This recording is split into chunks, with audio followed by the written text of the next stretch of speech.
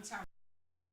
We're the parents of Ayana McAllister, and we're here to talk about the loss that we endured last year, 2017, with the loss of our daughter. Good afternoon, everyone. My name is Charnel Carter. Good afternoon. I'm Carrington Carter, and I am the Kappa, obviously. Uh-oh, watch out, watch out.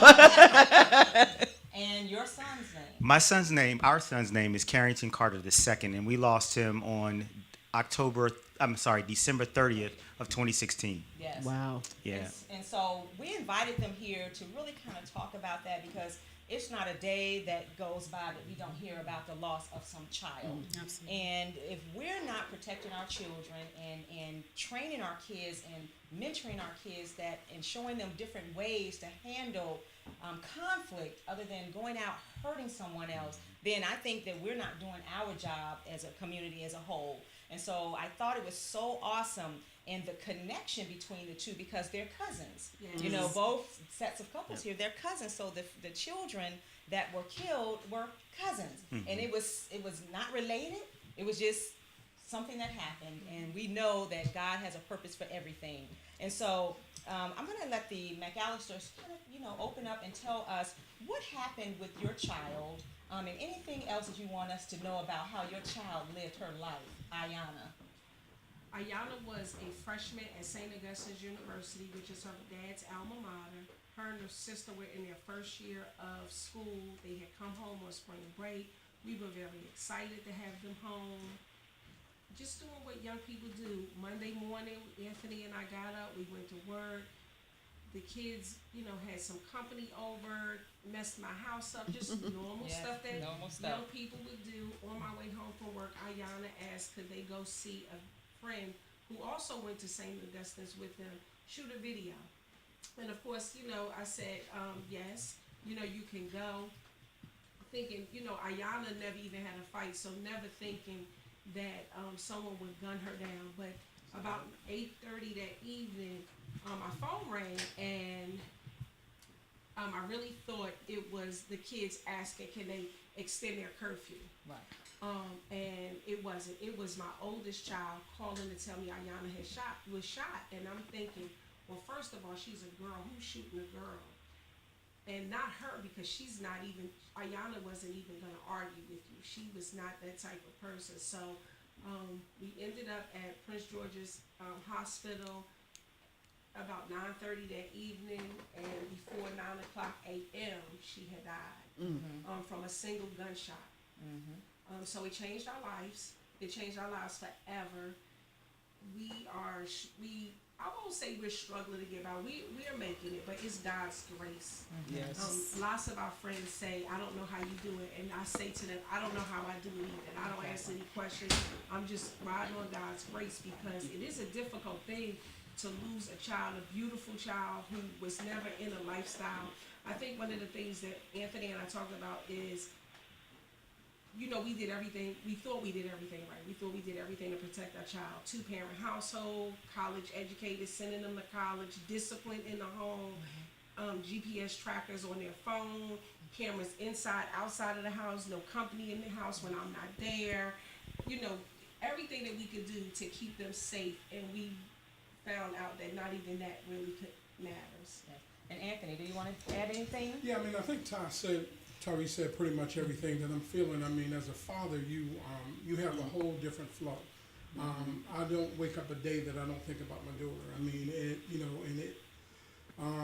I don't feel like I've truly mourned, but my life is going to be mourning forever.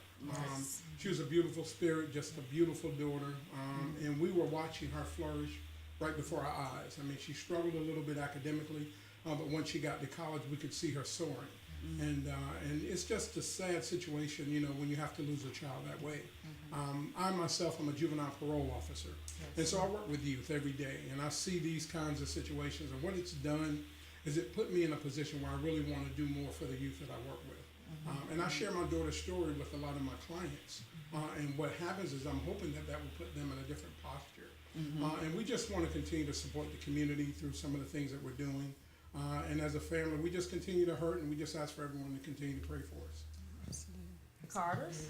We want to first of all thank you all for inviting us here today, and to just tell you a little bit about our son. Carrington was 27 years old. He attended Gonzaga College High School. He later graduated from Riverdale Baptist School, both schools with honors. He kept honors the whole time he was in high school. He was accepted to numerous colleges, had numerous scholarships. He decided to attend Morehouse College and to be a Morehouse man. Graduated from Morehouse College with honors in political science. He later went on, his passion was to be a sports manager. So he was a mentor. He coached several students. He attended Georgetown University. He was 3 hours short of obtaining his master's degree. But he was the life of the party. He was full of energy. Whenever he walked in the room, he made a difference. So he has definitely left an indelible impression on anybody who has met him. I won't say Carrington was a perfect child, but he was perfect for us. Oh, right. Yes. So only through God's grace and mercy have we turned our pain into purpose, and we have established a scholarship in Carrington's honor to help. And hold on to that. Okay. Because we're going to come back. Look, she about to tell the whole story right now. This is awesome. So I want to give Carrington say something. Might as well just say what she said. But, you know, Oh, sorry. one of the things I think Anthony and I are similar in respect to, you know, being a father, you expect to be able to take care of your family. That's one of the tenets of manhood, if you will, to protect your family and provide for your family and profess love for your family on a regular basis. And so on that night in December when that call came in and we were told he was shot, well, you know, I didn't have any idea what the circumstances could have been. You know, as Chanel said, he's done really well, or had done really well in school. He was the life of the party. Everybody seemed to really appreciate him. And here we get this bad news. And so for me as a father, it's like, okay, wait a minute. I wasn't there to take care of protecting my son. It's a hurtful place as a man. And so often, you know, we hear, and no disrespect to ladies, we hear, you know, how's your wife doing? You know, how's your wife doing? How's your wife doing? How's your wife doing? You know, she's a mother. Mothers take it hard, but they have no idea the connection that I had to my son, or the connection that Anthony had to Lolly. So we struggle. The struggle is real, but by the grace of God, you know, we're still here. And so the scripture that talks about greater is he that's in me than he that's in the world is real for us. Yes. I mean, we live this every single day. It's not by my own strength or our own strength that we're able to get through. And I think you will agree with that. Yes. And what's so interesting, I've watched you all's journey and tried to be a part of it in some way. And we're not talking about something that's happened years ago. This is relatively fresh.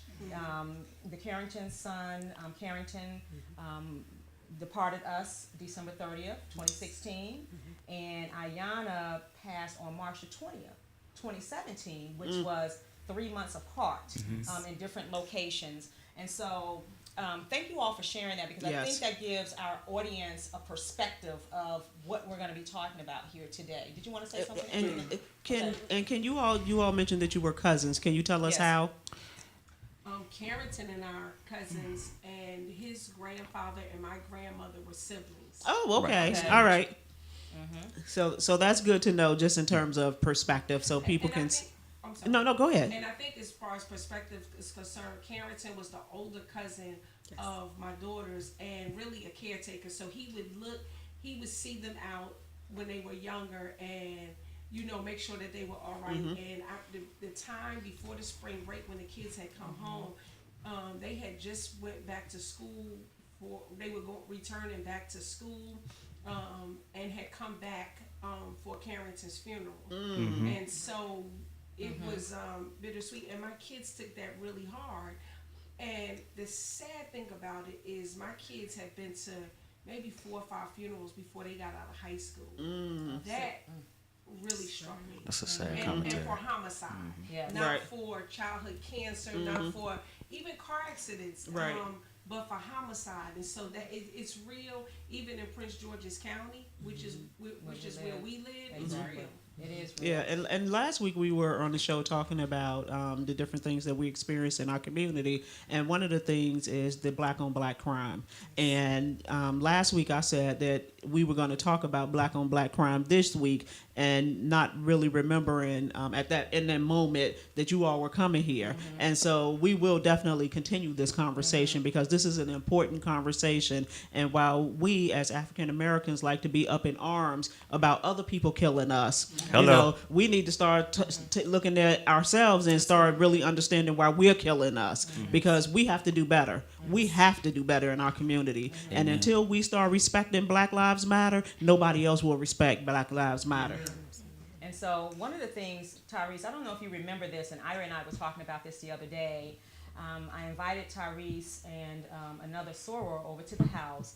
And so we, just did love on her, right? Not, and wanted her to be free to say what she wanted to say. And my husband came upstairs while we were there, and he stopped by while we were talking. And he looked at Ty, and he said, Ty, we love you. I'm sorry to hear about, the loss of Ayanna. And he did that to open the door for Tyrese to say what she wanted to say. And Tyrese, I don't know if you remember this, but what you said sticks with me every day. It was so powerful. And what you said was, I do want to crawl around on the floor, and I do want to kick and scream every day. But you were very clear that God gave Ayanna to you to give back to him. And you said, so I'm not going to focus on the how, because I knew that she was going to go back. And I don't know if you remember that. And it just, to me, it was like this aha moment about life, right? It's really about how we look at life. And that is so true. And so I find myself saying that to people about our children. I find myself saying that. And can you talk a little bit more about that? How did you come to that? Because that's pretty profound in terms of the time that you were grieving. Yes. God was working with me in a way that was very interesting, even to me. I've always gone to church. I've had a relationship with God, but if you had asked me on Monday morning, if God had said to me, I need to have one of the girls, I'd have said, God, you got to get another girl. Like, I couldn't even imagine. That's the truth. But and he didn't ask me. Right. Exactly. Right. And he didn't have to ask me because Ayanna belonged to him, and I was very clear about that. And the thing is that my girls, because they were only 13 months apart, they would constantly fight over clothes and borrowing, and it could, MAC lipstick, and it could be some hell up in the house over some Ruby Roo. Which is what I'm wearing today. But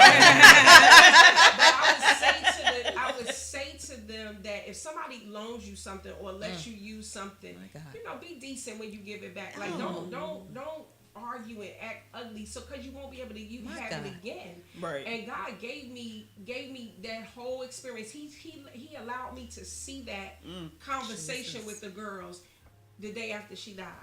The day after she died, and he was telling me through my dealings with the girls.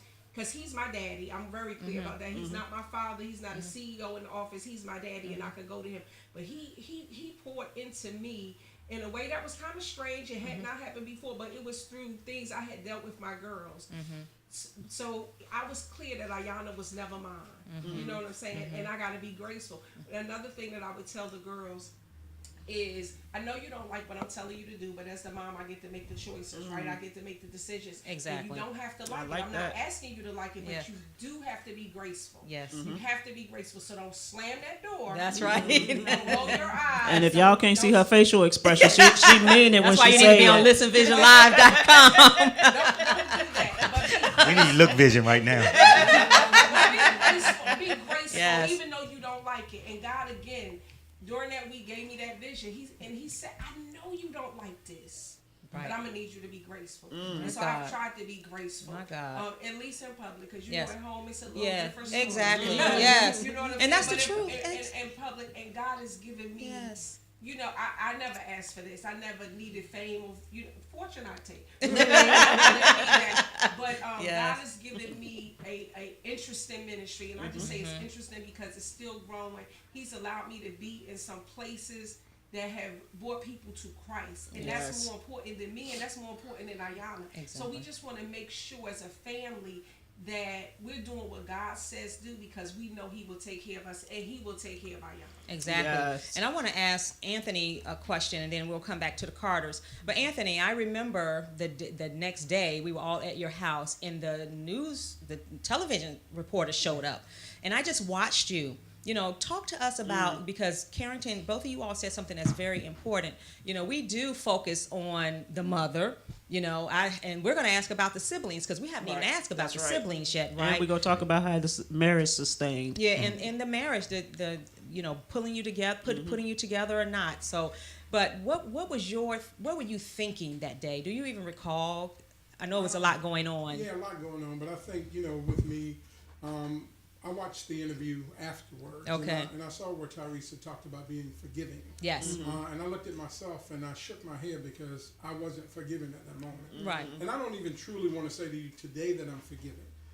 But in public, what I try to do is follow the lead of my wife, because it is a good one. We have to forgive. But, you know, when you lose a child and you lose a child the way we lost, it really angers you. And especially when you have someone that's still out here among us that did this tragic thing and no one knows who it is.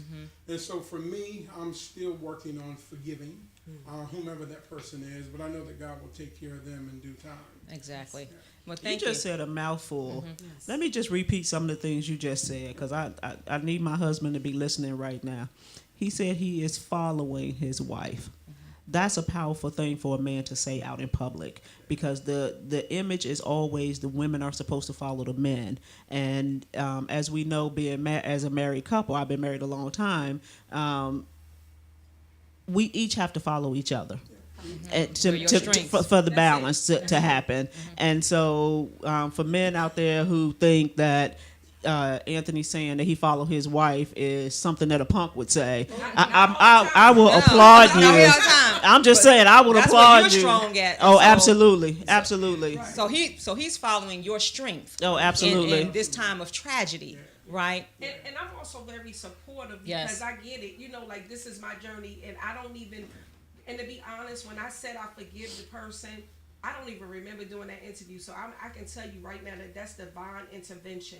And then when I watched it among my family and friends, I questioned myself. You do, right? But God, from the time I heard the words Ayana's has been shot, I never could concern myself with somebody hurt her and then to kill her. Right. It never came. And this interview was 2 days later. Yes, it was. And God said, I got that. You don't have to worry about that. And I literally have not. I've been mad at a woman in church who owed me $10.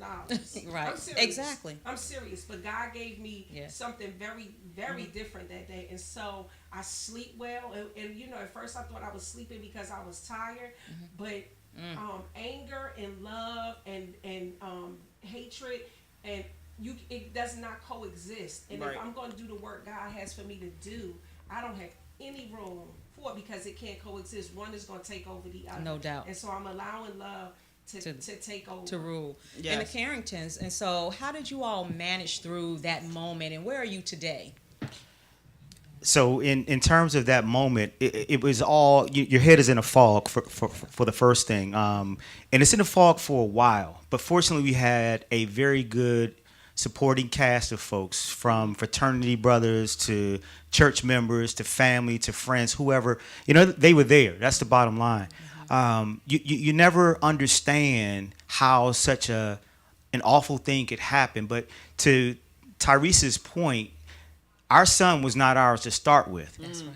The bad thing is that the natural progression of life is not that the child goes before Right. the parent. Right. So you grapple with that. We grapple with that every single day. There's not a day that goes by that I'm not wondering what my son will be doing right now, or what could we be doing together, and having doubts about what I could have done differently on that particular day. Matter of fact, we don't even have peace in our hearts because very recently we went to court. You know, I mentioned to you off air Yes. that our son's killers were arrested, and the person that was actually alleged to have shot and killed my son was acquitted in May.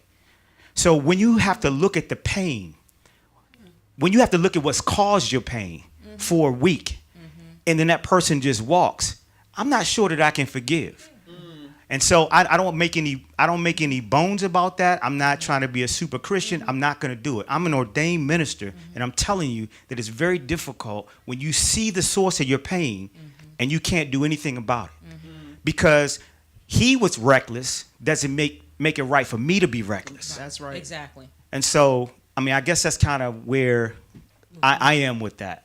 And I can imagine that as a man, that makes it even more difficult because you do, as a protector, want to, protect your son's legacy, and knowing who allegedly did it, I can only imagine that it takes a lot of constraint for you not to want to go out and harm this person who was acquitted. Trust and believe. I am capable of some things. Oh, And- we and- all are. and- Exactly. No, that's real talk. I'm not. Oh, absolutely. I We don't all mean are. that from I'm gonna be thug Joe Thug in the hood. I mean, I have military experience. I have some experiences in life that I can take care of some things.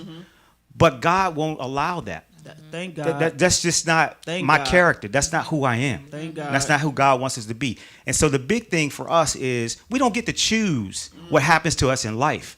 But we do get to choose the proper response. Yes. And so even when God said, come on home, young man, we had to choose the proper response. And that's what we're trying to do through our foundations and other things. And that's it right there, Chanel. I don't know if you want to say anything, but that's it, because it's about the proper response. We have got to learn the proper response when dealing with conflict, and then not finding ourselves in some situations, just not doing some things, right? Stopping ourselves before we even start trying to think about a life of crime and all of that. So did you want to share anything? The only thing I want to share, and I ditto everything that Anthony, Tyrese, and my husband has said, but I think everyone goes through this type of tragedy different. Yes. Yes. So for me, I have restless nights because I'm putting on a facade during the day. You don't know when you're going to break down. So it's an emotional fight to try to stay strong. So for me, I think I'm pretty strong during the day, but at night, like Ty said, she could just lay on the floor. That's what I do when I get home. So I'm tired and I have some sleepless nights. Yes. But I do know that there is a purpose. God has a purpose for our pain. Yes. And we will continue to work hard together to help other kids, families, so that they don't have to go through this kind of thing. Exactly. Yes. So can you share with us how your children are doing with this? First, tell us how many other children you have and how they're dealing with Absolutely. the loss. Carrington has one younger brother, Brandon Carter. I think Brandon, and honey, we can just kind of chat a little bit, tell everybody a little bit about this. Brandon has a unique personality, a little bit different than Carrington. Carrington was a lot more outgoing. Brandon is more of an introvert. So his struggle with this situation is kind of to stay away. He has his own moments where he loves and deals with the situation, but he doesn't want to be like out front. So he's not going to do an interview. So he's dealing with it differently. But we must say he has done a phenomenal job. He made it through college. He graduated with honors. He is about to be commissioned as a second lieutenant in the Marine Corps. So he's doing a great job on his own. But he's just not the type of person that's outgoing and is going to publicize it and is going to fight about it. And, we have to stop gun violence. That's not his way. Okay. And just to add to that really quickly, one of the things that the persons or the perpetrators out here don't really understand is the other effects, the domino effect of their actions. And so for Brandon was actually in college on the track and field team, wrestling with the loss of his brother, not having a coach that was really understanding. As a matter of fact, the university, because we had to go to the university and kind of fuss at them a little bit, the university wasn't even supportive of him. And so they allowed a coach to basically abuse him to the point Brandon got sick of it and was ready to fight the guy. They kicked him off the team. That ended his track and field career, but it didn't break his heart because he continued to do the needful to get out of school. So I think one of the things that we hope to achieve through our foundation is to make sure that these young people don't even go down that path to start That's with. exactly right. That's exactly right. Exactly right. And so, what gives you the strength to? Because you said your Brandon, he's not an out front. Why be out front with this? What? Why come? Why the foundations? Why the scholarship? Why talk about it? I say, why not? And I have a tremendous role model in the name of Dr. Lanice Bias, Yes. mother of Jay Bias and Lynn Bias, Yes. Oh, who's been okay. mentoring all of us actually ever since these tragedies happened. And the truth of the matter is, she's been in the fight for 30 years plus. She cannot do this work alone, and so she needs hands. See, the harvest is plentiful, but the laborers are few. Yes. And so we need to Say make that one sure more time. the harvest is plentiful, but the laborers are few. And so we're just laborers. Okay. And for, well, let me just start with Deja. Deja is, they're only 13 months apart, and Deja was with Ayana when Yes. the gunshots rang out. And so Deja is doing very well. She's still in school. She did return back to St. Augustine's University, but she just recently came home because being away from the parents was a little bit much for her. So she has returned home, but she has PTSD, right? So she is, when she hears a loud noise or when she hears a bang, she doesn't like to be home by herself. And she's 21. She's grown up in a house and been home plenty of times by herself. Right. I know that she does not go out as much. And she was an outgoing, in your face kind of child. And she has scaled back. She is definitely interested in helping us with the foundation that we established. And to your other point, the work that we do, when I realized that I'm burying my child who didn't live in this lifestyle, I had to really look at this thing. I did some research and I was blown away by the numbers of young people that are the numbers of people. I don't care what color they are, because a loss is a loss. My Yes. black child meant just as much to me as somebody white child means to them. Oh, absolutely. So the loss, just it made a huge difference. And then I thought back too that my kids have been to 4 or 5 funerals of people who died from homicide. Since my child has been killed, 2 or 3 of their friends have died from homicide. This is real out here. I know I grew up in the hood. My kids did not grow up in the hood. They grew up in the suburbs. Yes. And I never thought this would be my life. Never. You couldn't have told me this would be my life because I planned for it. Now, I was purposeful in planning my life to get out of that kind of environment. I don't associate with those kinds of people that do these kinds of things. So I never thought this was my life, but here it is. And so what we have to do is do something about it. So our foundation is focusing on. Is that okay? Now, hold on. We're going to talk about that after the break because I just want to get the full story out and make sure that Anthony has shared what he would like to share. And then I'm going to ask you one more question. We'll go to break. And then when we come back, we'll talk about both foundations. Okay, cool. Anything you want to add, Anthony? I don't think I do have anything. I'll wait until after the break. I do have one question for you, and I heard someone say something, and I'm going to see how you all feel about this.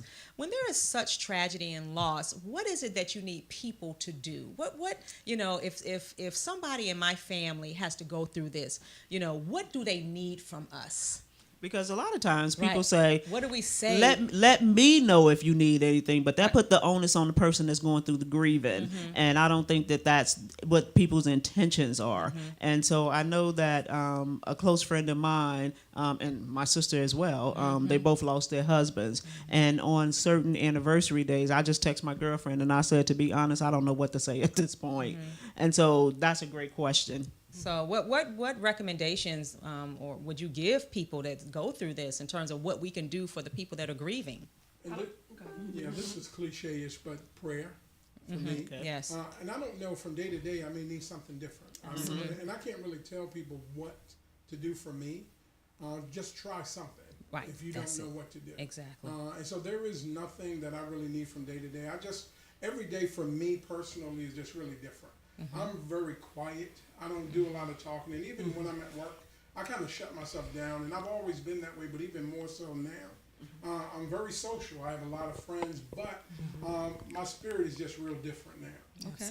And so I don't really know what I can tell someone. Maybe somebody to my left may be able to say something a little more pointed. My husband and I just kind of talked about this on the way here. Okay. And the one thing that we try to do in our house is laugh. Yes. Laughter is so good for the heart. So yes. Carrington and I try to do things like go to comedy shows. We look at comedy videos. We just try to laugh. And the thing that that Anthony said, prayer. And I just ask people to not depend on us to do things. Yes. Because like Anthony said, we don't know what each day is going to hold. When we wake up in the morning, I just wake up and kind of look around and be like, Lord, what is today going to be like? Because I don't know. I don't know what my heart going to feel like, if it is going to allow my body to get out of my bed. So it is a unbelievable journey. Yes. And so what I hear you all saying is, before you were taking each day for granted, so to speak, Absolutely. and it was pretty predictable. But then Absolutely. when you had this tragedy happen, now every day is definitely unpredictable. Unpredictable. Okay. Yes. And Unpredictable. Carrington. But I think to answer the original question, Yes. what can people do? There's not a whole lot people can do. And it will definitely vary from person to person. Unless you are in this situation. See, I've been a part of some really good teams. Yes. I have been a part of a great fraternity. No disrespect to my brother here, because the Omegas are a great fraternity as well. I have been a part of some great universities. I have been a part of some great teams. But this team right here is not something I ever would have signed up for, number one. And so the only people that can truly appreciate or understand what we're going through are us. Right. And so I have a line brother who lost his daughter in October of 16, and I was trying to minister to him, but I didn't have a baseline. Right. He had the baseline to be able to help me. And unfortunately, our son died, and then I tried to help Anthony because I could understand. I said, hey, man, this is what's going to happen next. The news crew is going to come. You talk about your Jesus because that's what you want to talk about. Don't let them sway, the conversation. And so we kind of feed off of each other. Now, the best thing that a person can do who is not in this situation is ask. That's it. Yes, I love exactly. it. And the reason I brought it up is because what's the lady's name? Cheryl from Facebook. Her husband died suddenly. Anyway, she was at a conference and someone asked her that. She said, it's about showing up. Sometimes, they were at the hospital. Somebody just showed up and they text her or sent a message upstairs saying, we just downstairs, we want to drop this off. And she's like, no, come on up. And, she said just to get a hug. It was not necessarily a conversation. So that is right. It just depends on the day and the moment and what your needs are at that time. And finally, before we go into break, have any of you all had counseling yourselves? Yes, we have. Okay, and how has it been beneficial? Absolutely. And you're still in counseling, or it's done, or? Carrington and I are I'm still still in there. counseling. Okay, I am a therapist. that's right, yes. So I have elected not to do counseling, only because I don't think that, I think that I'm okay, for the most part. But I'm open to it. I think it's a good thing. In the moment I think that I'm not, I'm going to do it.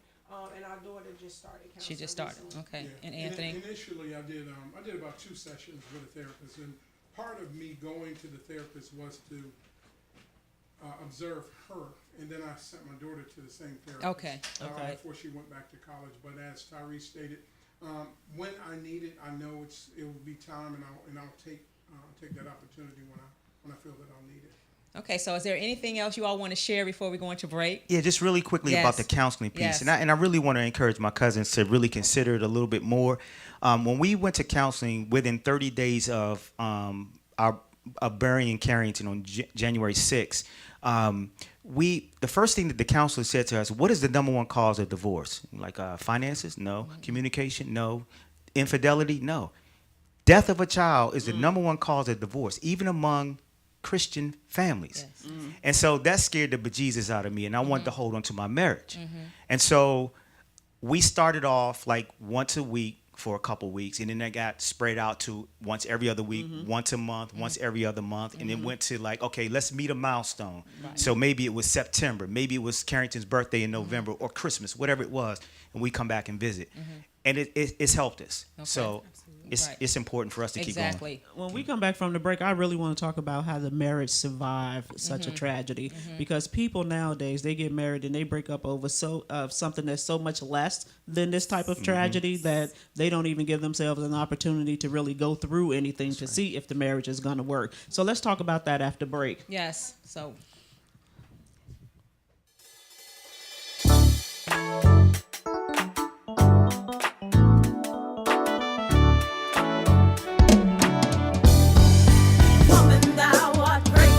Welcome to Sisters in Company Talking About It live show. Hosted by me, Dr. Sharon Cradle and Sherelle Higgins.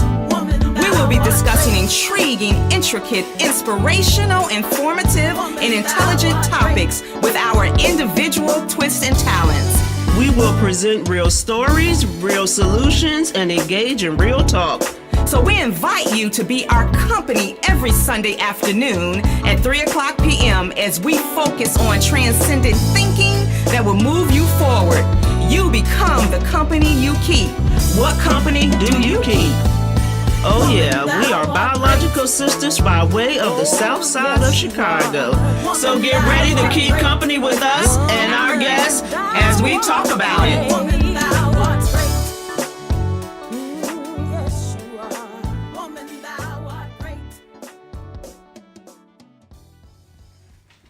Welcome back to Sisters in Company Talking About It live. What an empowering conversation we had during the first segment with our company, the McAllisters and the Carters. They really have opened up their heart and have really shared some good nuggets around their experience with love, loss, and purpose. So we've talked about love and loss, and we're going to end the show by talking about purpose. But before we do that, right before we left, we wanted to talk a little bit about the survival of the marriage, you know, how you all have been able to keep your marriage strong. And Chanel, you said something earlier that I think is just so key. People grieve differently. So how did that play out in your marriage, and how did you all keep the marriage strong throughout this tragedy? One thing that Tyrese said that Deja is going through, I think, is something my husband and I, and it's PTSD. Yes. So that is one reason why we definitely decided to do counseling. But like I mentioned, it's an emotional roller coaster. You're very sensitive. Your emotions are always on the edge. I mean, you could snap at your significant other for absolutely no reason, for the way other people react to you or talk to you. So it's very important for Carrington and I to stay in counseling. At least right now we're just going once a month to pray together. We recently did a fast together. Yes. So we have to stay. We have to keep God a part of our relationship, even before this. But like we're holding on to God like it's, you know, like we're not even going to be able to function, which is true. If we don't have God in our life right now, we won't be able to make it. And for our listening audience, PTSD is post-traumatic stress disorder, and we often hear it associated with veterans, but we don't necessarily associate it with just everyday people who have experienced some type of trauma. That's right. And I've experienced some PTSD prior to this situation because of experiences. But the thing that Chanel and I have actually decided is that to each of us, a measure of grace is due. Oh, yes. So when we get up in the morning, Yes. our measure of success is, you know, we brushed our teeth, we combed our hair, our clothes match, Yes. and, you know, we know who we are. That's a start. Yeah. So Right. we're off to a good day, but we also recognize that there are going to be times when one may be a little bit higher or a little bit lower, and we just try to pull each other up. Okay. And that's it. McAllisters. God for that. I think, 27 years of marriage, we've gotten to know each other. So Yes. we've had a tremendous relationship from the beginning. We've always served God in our relationship from day one. And I think that's been a sustaining factor for us. One of the things that when this whole thing happened, a lot of folks will say to me, how do you handle this? And I said, I think I have more God in me than I thought I did. Yep. It showed up, Yes. when this tragedy Yes. happened. Yes. But I think Tyrese and I, we have never been, in our relationship, we've just never had a lot of discord. We've always been on one accord. And I think we just enjoy being around each other. And, you know, this is a situation, and I know a lot of times folks say that this can break you apart, but I think this situation has really brought us closer.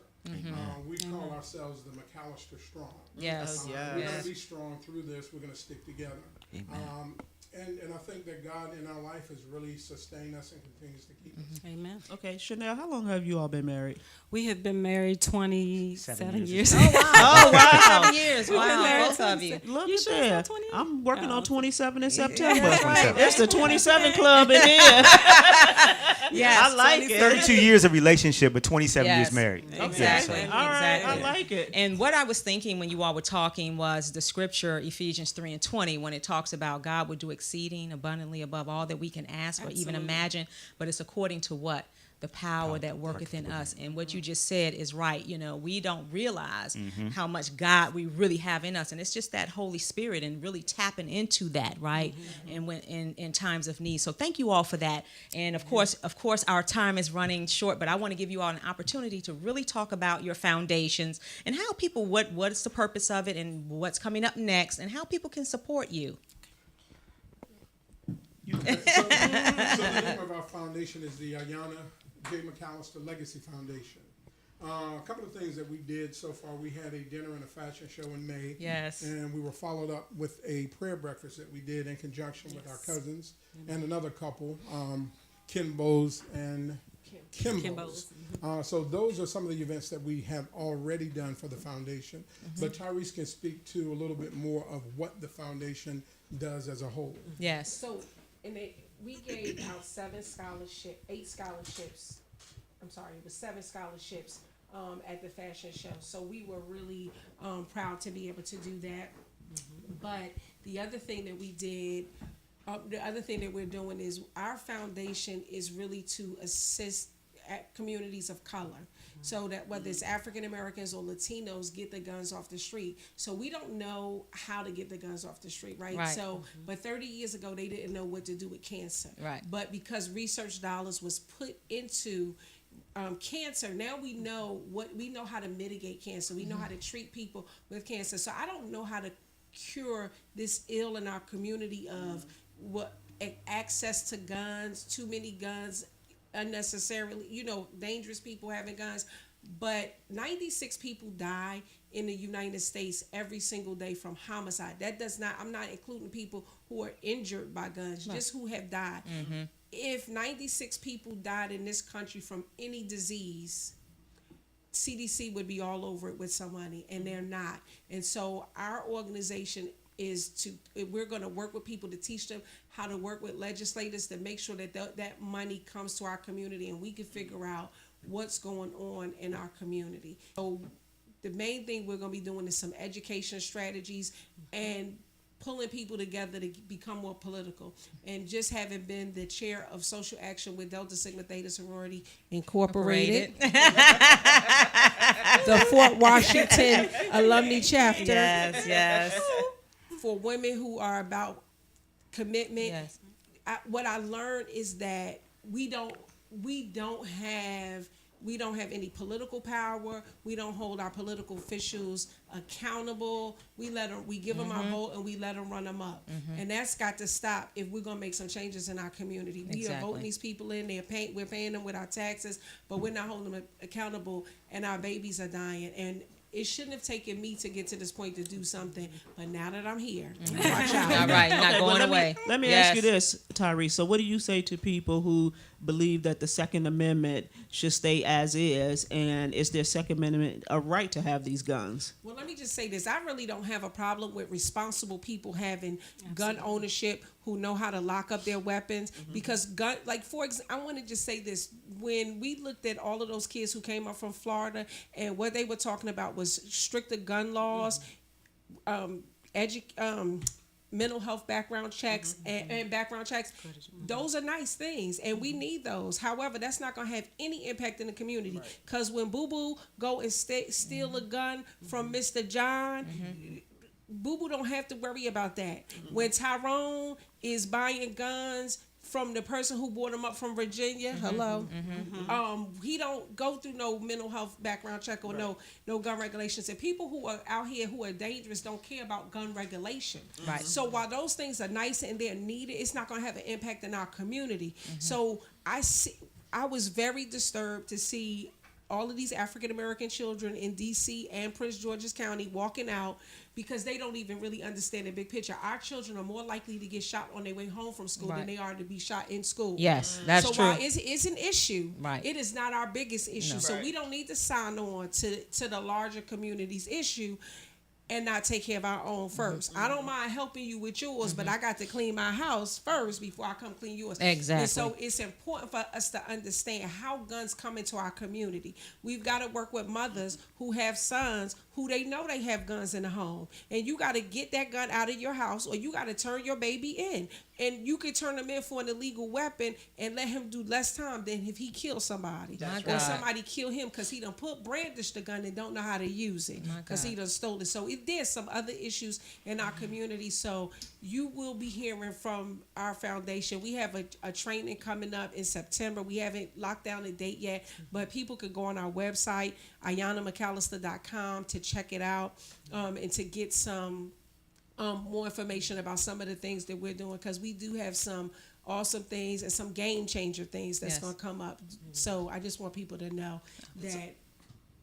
So you said for the mothers and fathers too, for that matter, who know that their kids have guns, and so are you suggesting that the kids should not have privacy in the home? Oh no! Yeah, I'm absolutely suggesting that. I'm absolutely suggesting that. And you know, Anthony is a juvenile probation officer, parole officer. I've done mental health for 27 years, and I'm telling you, it's social services who's got into our homes. It's nothing wrong with a good old fashioned whooping when your child gets out of line. I find that, you know, there's nothing wrong with it. It's absolutely saved my life. And it saved my kids' life from being, you know, kids don't know what they're doing, and of course they get excited about being out in the community and menacing, but not understanding the real issue here. So the one thing that in the community where Ayanna was shot, the police told me they know there's a lot of guns in that community, but guess what? They can't go up in those people's home and get the guns, because those people have more right to have their illegal weapon than my child had to live. Right. So it's, you know, we have to do something, and parents got to get on it, because you'll be visiting your child in a grave or in jail. You got to take care of it. And I want the Carringtons to share. So our foundation is Carrington Carter, Roman numeral 2, Carrington Carter 2 charity.org. And it was established with a simple principle to provide scholarships. Carrington was a student athlete. He was a scholar, but he also played basketball up through college. And so he was big on education, but he was big into the sports. And we awarded this past year a little over $7,000 to students based on the money we raised last year, primarily through our golf tournament, which we held at the country club at Woodmore in Upper Marlboro. It's probably considered Bowie. But nonetheless, we're going to have the second golf tournament on Monday, October 8th, which is the Columbus Day weekend. You can get information on the website. Again, www.carringtoncarter2charity.org. You can catch us on Facebook and Instagram. Check out our pages there. But our focus really is a little different from Anthony and Tyrese's foundation, in that there are two real things that we need to do from our foundation's point of view, and that's intervention and prevention. Prevention comes first. Right. And so that's where we want to get into the schools at the early ages, the elementary school and the middle schools, and start talking conflict resolution, problem-solving skills, coping mechanisms, and those sorts of things. And then from there, if we don't reach a certain group of kids, if they get to a point in high school, then that's where the intervention piece comes in. So we're partnering with the likes of Chief Hank Stawinski of the Prince George's County Police Department. He's the chief of police. Yes. We're working some initiatives with him. And also Angela also Brooks has been Yes. extremely helpful to us. And so we're grateful for those opportunities. In fact, we sat in on there was a project that Chief Stawinski had us to go to a couple weeks ago. It was birthed out of the incident in Charleston. And Yes. so there's some things that he wants to do, and he's pulling us in. So that's what we're trying to do. Well, look, just bless you all for everything. And I went back and listened to the WUSA 9 recording, particularly Carrington, the one that you interviewed. I think it was the day of your son's funeral. And you were just so incredible. I just can't even imagine how you mustered up the strength, honestly, to really say what you said. But one of the things that you said, and this is what I want to leave with, you said, live life to the fullest potential. Right, and starting young with our children, helping them to understand that life is full, that they have a lot of potential is so very important. My husband was down in North Carolina yesterday, and a judge down there was talking to the kids about their gifts. You know, that, he sees so many of them coming through, you mixing up drugs and you doing that. That's just chemistry, advanced chemistry, and getting our kids to understand that you can use your gifts and talents to live your life to the fullest to make a difference. So thank you all so much for that. I wanted to say something to that. One of the things that I said, and I think is very important, we have to do some things to clean up our community. And you can't clean up one side without the other. No. So Ayanna and Carrington were good people, good kids, and they definitely didn't deserve this. However, on the other side of the street, you have kids who do menace, who do get in trouble, and kids who don't have hope. And they are wreaking havoc in a lot of people's lives. But we still got to get to those kids. Yes. Those are still somebody else's children. Exactly. And the community loses when children die young and when they go to jail. Yes. So we have to do something for both. So we really admire what Carrington and Chanel are doing with the conflict resolution. And we do that kind of stuff too, actually through our careers. And I think it's important, but we got to be able to do it. Yes, thank you. I don't want to close this segment out without pointing out, first of all, I've heard Morehouse, St. Aug. Yes. HBCU. Shaw Aggie University. Pride, baby. Aggie Pride. Aggie Pride. We got Hampton's Aggie in the Pride. house. And Hampton. and of course, Virginia State University. the All right. VSU Trojans. right. And so this is what our HBCUs are doing for us in our communities. Exactly. So don't sell our HBCUs short. You have a panel of 6 people here who have attended an HBCU. Their kids are going to HBCUs. And let me just say, HBCUs rock just across the board. Yes. That's Thank right. you all so much for Thank being you. here. This was such a profound conversation. I have some nuggets, so thank you so much. Thank you, listening blessed. audience. Thank See you you, on next everyone, for Sunday. listening. All right, thank you. Yes.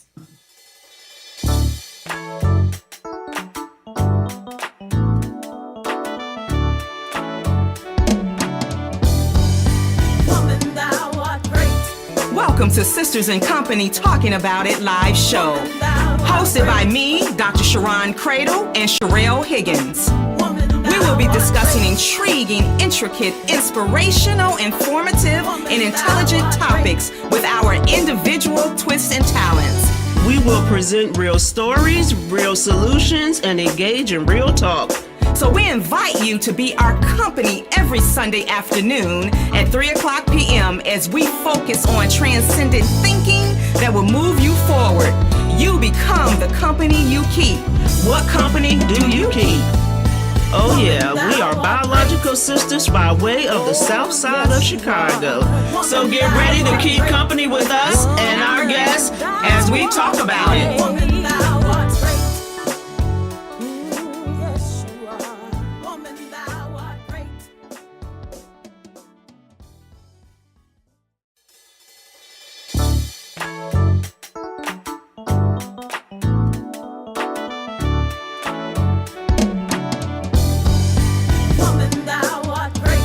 Welcome to Sisters in Company Talking About It live show. Hosted by me, Dr. Sharon Cradle and Sherelle Higgins. We will be discussing intriguing, intricate, inspirational, informative, and intelligent topics with our individual twists and talents. We will present real stories, real solutions, and engage in real talk. So we invite you to be our company every Sunday afternoon at 3:00 p.m. as we focus on transcendent thinking that will move you forward. You become the company you keep. What company do you keep? Oh yeah, we are biological sisters by way of the south side of Chicago. So get ready to keep company with us and our guests as we talk about it.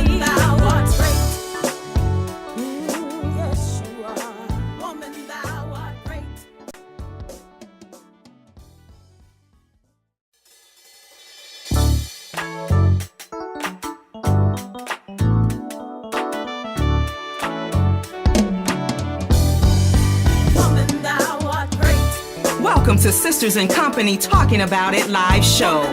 Hosted by me, Dr. Sharon Cradle, and Sherelle Higgins.